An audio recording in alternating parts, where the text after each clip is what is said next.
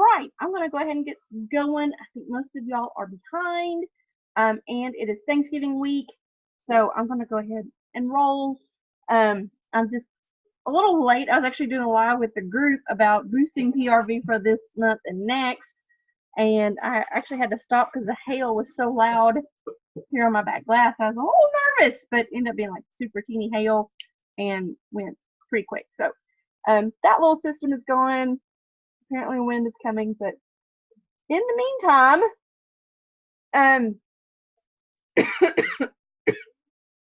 let's talk about, oh, first thing, I apologize for not posting on Friday to help you guys with that homework. I ended up not being on my computer at all on Friday, and I wanted to use some images that I had on here, and then I wasn't on my computer at all on Saturday or Sunday, and I don't think I was on here much at all yesterday.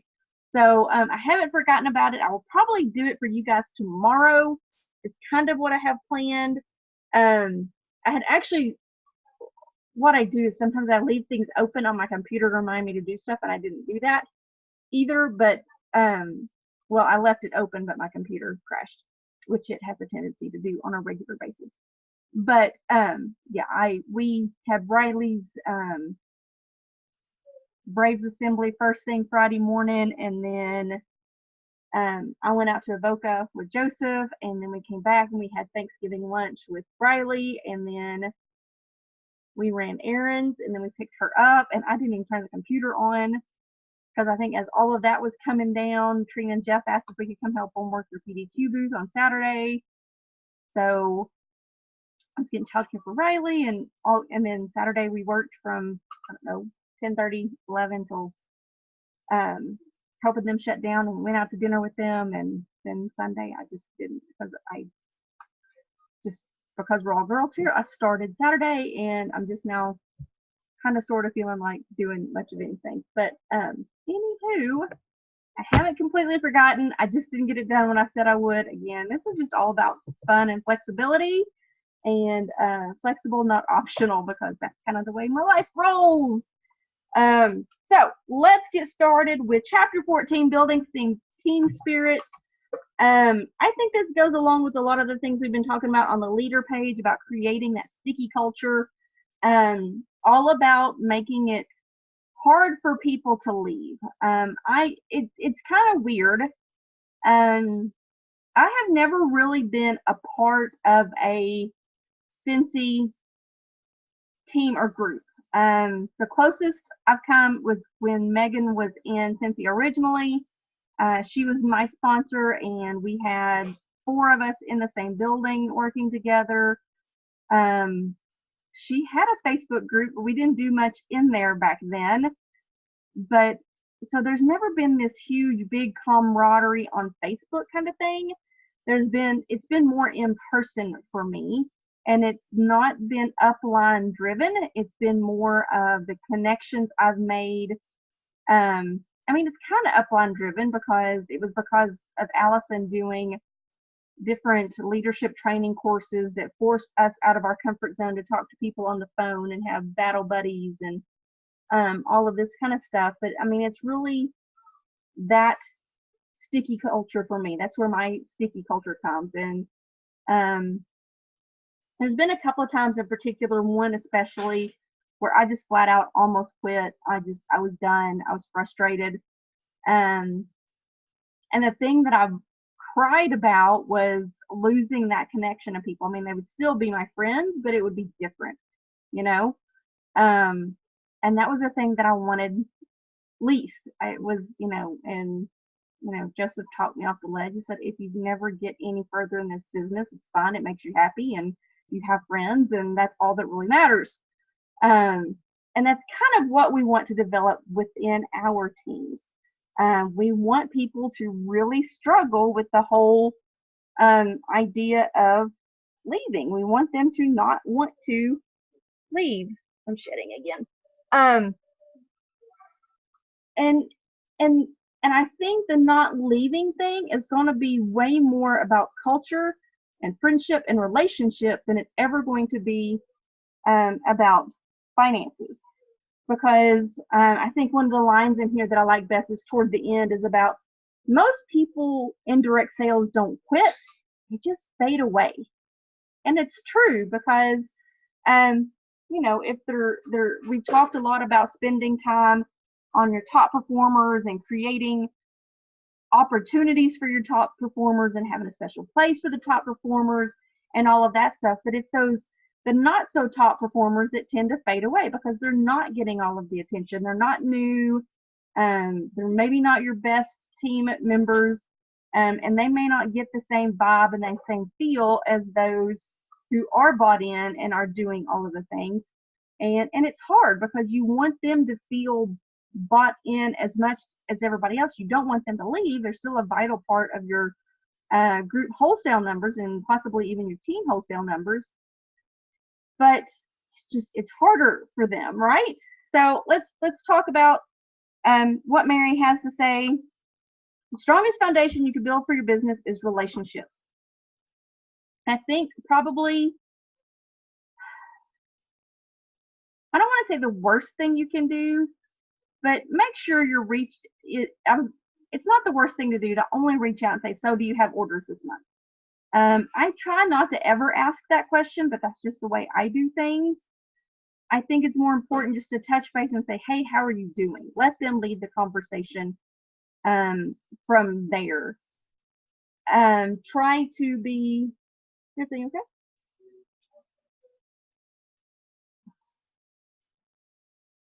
okay? Try to be engaged with what's going on. If you can, some of them just can't. I mean, I have people that they're not friends with me on Facebook. There's not much I can do about it. I can't stalk people any other way. You know what I mean?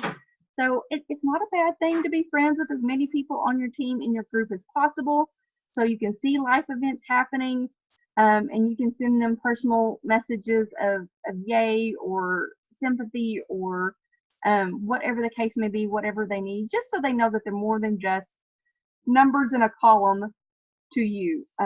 You don't want people to feel that way. You just, hey, how are you doing? And maybe it's not even the reaching out. Maybe it's comments on Facebook. Maybe you're just not friendly enough to send that message. But if there's a cute picture of their kid or their dog on Facebook, comment on it. If they post a funny meme, laugh at it. That's going to build your algorithms and theirs if you do it on Facebook. But if they do something good, then tell them about it. If they're having a rough time, send your sympathies. Again, that may depend on your relationship, but the thing is to be building that relationship. Let them see that you see them, and that you care and that you're engaged.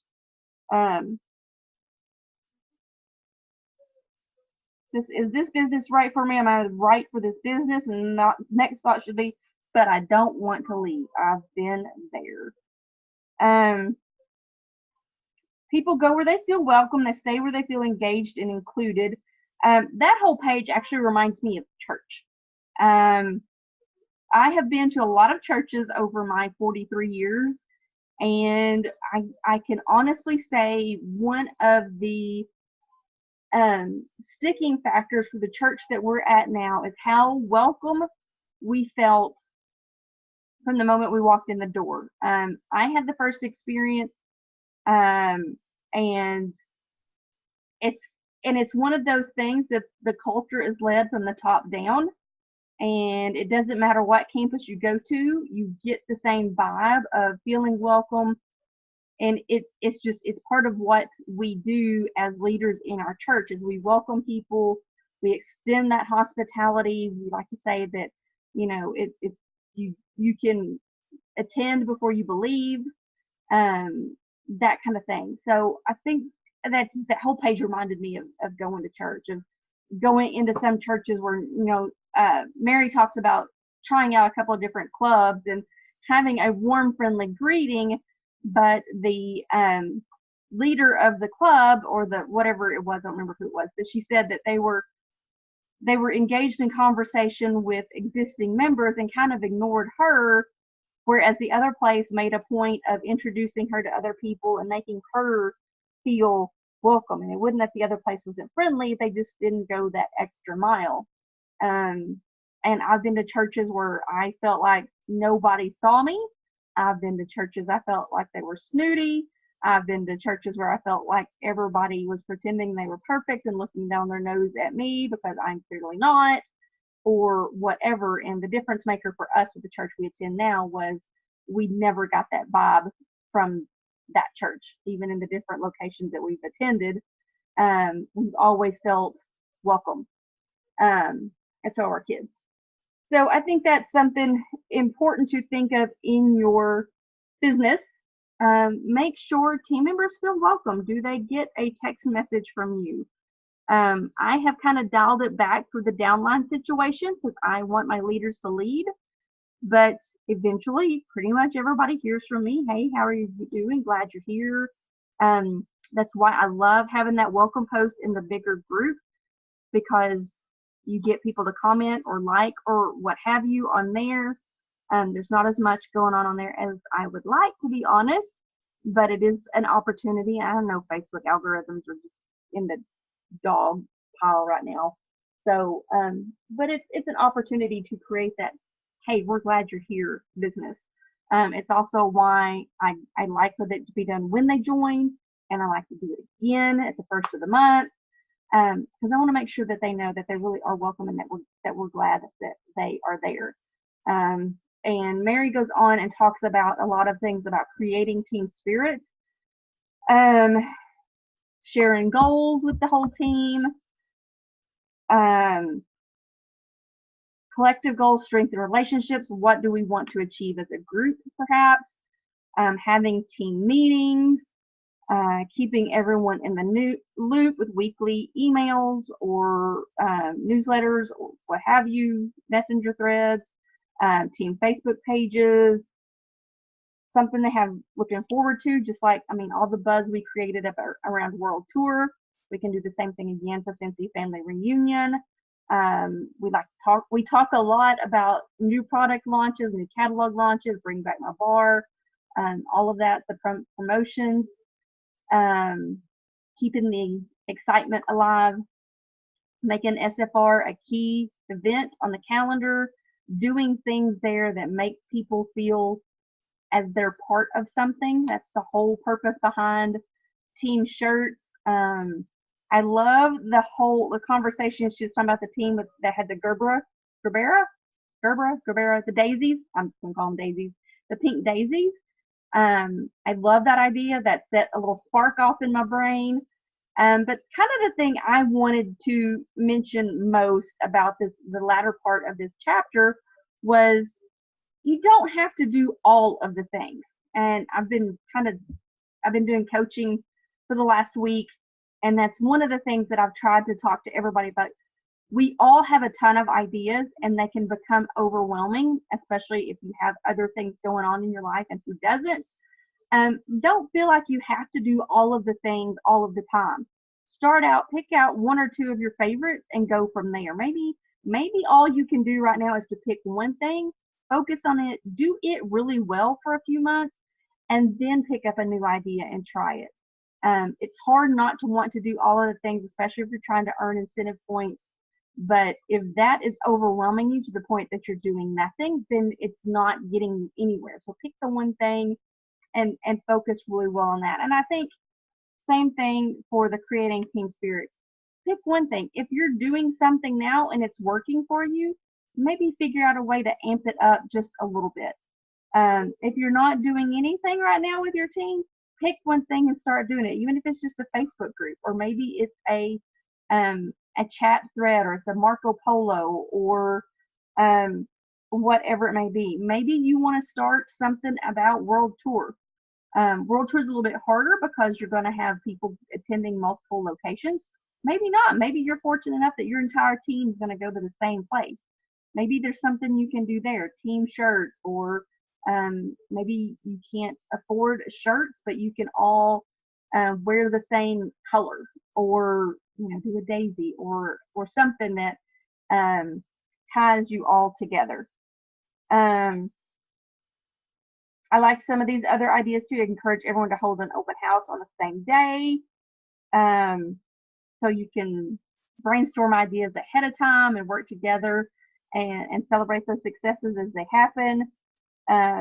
Doing booths together at vendor events. A couple of us are doing one in January. Work for a community cause together. I think that's awesome. If you can get together and do a buddy drive real quick, do it. I mean, you have to do it pretty quick right now, but maybe you don't do it right now. Maybe do something for Valentine's Day. Maybe you do a service project, fundraiser, whatever the case may be. Maybe it's doing a run for a cause that you can all rally behind.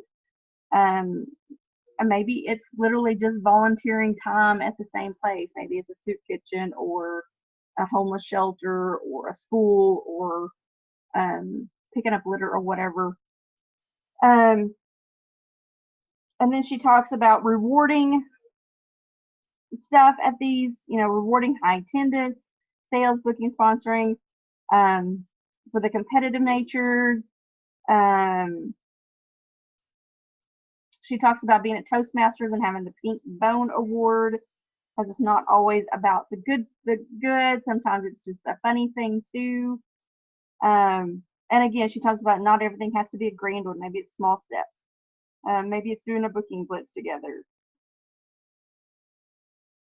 But I love it. The most powerful emotion is love. The opposite of love is indifference. And it kind of, everybody wants to be made to feel special. Telling them one-to-one, I want you to be at this meeting, or you didn't come to this meeting and we missed you. I mean, I think it's hard in this day and age, and in this business, to have in-person meetings. But, and I do all my stuff on Facebook just because we're scattered out from New Mexico to Florida at this point. And it makes it a little bit harder because so many people aren't watching live, and that's one of the reasons why I just focus on the training and keep going. But maybe one of the things I need to do is start giving some sort of reward for people who show up live, or at least some sort of special recognition, right? So I'm always learning stuff too, girls. Because everybody wants to be special and loved. And the whole indifference thing got to me because I do have a certain amount of, I can lead a horse to water, but I can't make them drink. We all talk about that a lot in our conversations, but I would never be that way to somebody who reached out. You know what I mean? If I'm having a conversation with somebody right up until the bitter end, the day they cancel, I'm still like, you can do this, da da da da, but inside, honestly, I'm like, they're so not going to get that 200, whatever. I can only do so much. But in my interactions with them, they do not see, do not feel, do not hear that indifference. I think I'm pretty good at disguising that. Because you don't want them to feel indifferent. You don't want them to feel like they don't matter. Because they do matter. Because what if they do get their 200? And you absolutely want them to get that 200, right? But don't write people off. It's just not good. What did she say? Doing birthday cards, that sort of thing. I backed off of that a little bit. I'm debating about getting back to it. We'll see. I still do the birthday shout outs. I at least do that much, right? Time effective, simple questionnaire at the beginning of the year. We're right on the verge of New Year, so maybe it's a good time to send out a frontline focus questionnaire to get to know people again. And you might have missed stuff that you could learn. We demonstrate that you're a team player by sharing the spotlight at every opportunity. I will be honest, there is different schools of thought on that amongst other directors. Some include themselves in the top 5, some don't. I've always thought it was important for my group to know that I'm in the trenches right along with them, that sometimes I'm there and sometimes I'm not. I very seldom am top dog in sales, that's for darn sure. So to me, I think it's important. You can do whatever you want to with it, but there are some directors like no, I want the focus to be completely on them and not on me. And I can kind of see that too, but that's not the way I do things.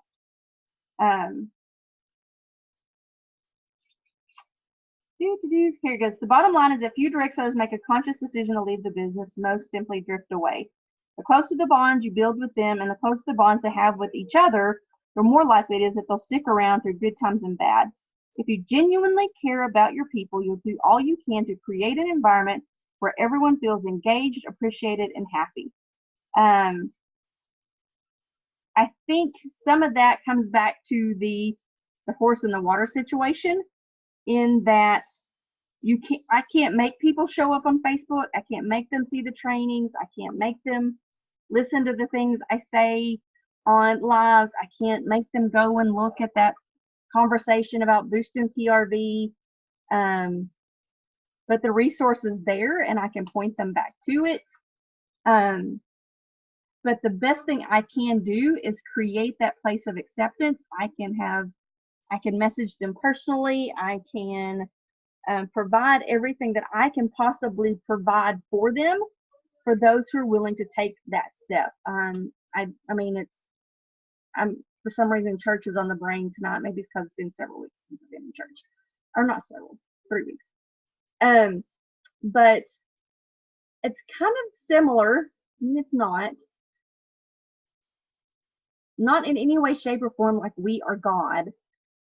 But one of the things we say in church, and I'm sure some of you may have heard it before, is that, if you feel like you're not as close to God as you used to be, He didn't move, right? So I think it's important for us as leaders to do the same thing. We're there, we're consistent, we're providing the things, not only what we're required to by Cincy, but that we're going above and beyond that. And it's always there for the taking if they're willing to take the step in that direction. We can't make them take that step, but we can keep providing the training, the attention, the love, the shout outs, the mailers, all of that kind of stuff. Whether they're willing to take it or not is still entirely up to them. First step in having team spirit is knowing what it means to be part of the team. One of the things, this key tips, is if you haven't already created a mission statement or a clear vision for your team, you can do that. In My Team we have a description on our group page that covers that. We did that as a group of leaders a long time ago. What was that, a year and a half or so ago, where I had you guys give me, or it wasn't you guys, it was several leaders, gave me words to describe our group, or the words to describe how we wanted our group to be. And then I used those words and created a little mission statement, so to speak. Invite everyone to share their goals. So we'll probably be doing that as a group at the end of December, and what our 2020 goals are. And that may be what we do as a leader group next Monday. I can't believe it's already the first of the month again. Is create our team vision for 2020, something we will talk about in early December so that we can take it on to the rest of the group at the end of December. And just like we talked about upcoming events, World Tour, you'd definitely be encouraging your teams to go to that. So again, have you guys commit to sharing goals with 5 people. Don't know if you've done that yet. And I failed on giving them the opportunity to give you guys the opportunity to share what it means to be part of the team. So I haven't forgotten. I'm doing the same thing. It's still on my computer. As long as it stays there, we'll be good. So we are moving into a new section next week. This is the business leadership part 3, treating your business like a business. Bum, bum, bum. I think this is a great time to be doing this part of the book.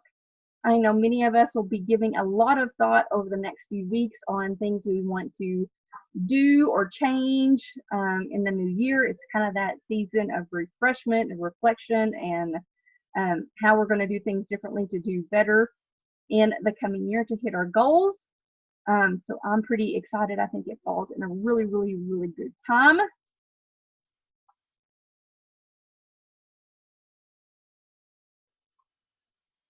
So the challenge says to work with your teams to implement ideas and give feedback. Use your Facebook page or other format for them to share the successes they are having with the ideas shared.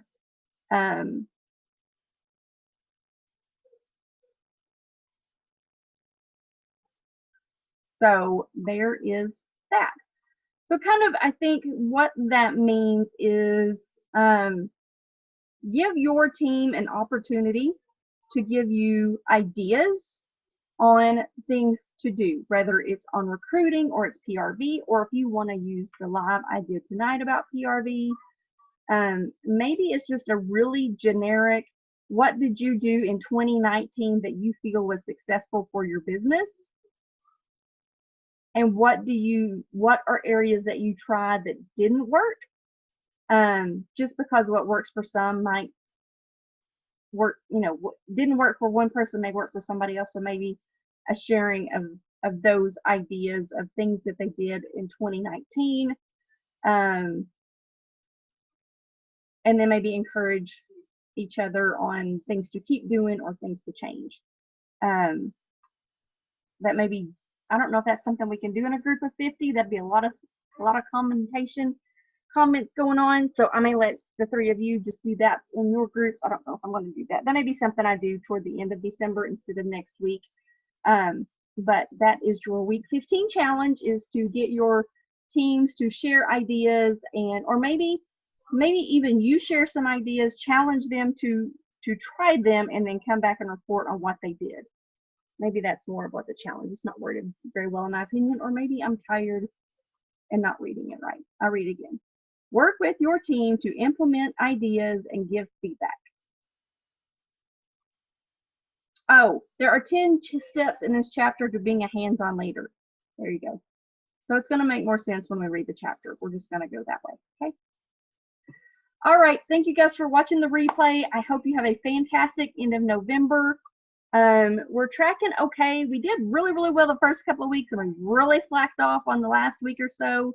I'm hoping the Frozen 2 announcement and the Black Friday Disney sale, and hopefully some people decide to do some personal stuff this week too, and we will close out strong. If y'all need me, you know where to find me. Happy Thanksgiving. Please know I am so thankful for the three of you. So thankful to have all three of you, not only as friends, as leaders and members of this group, but y'all are just amazing human beings, and I'm blessed to have you in my life. Love y'all. See you later.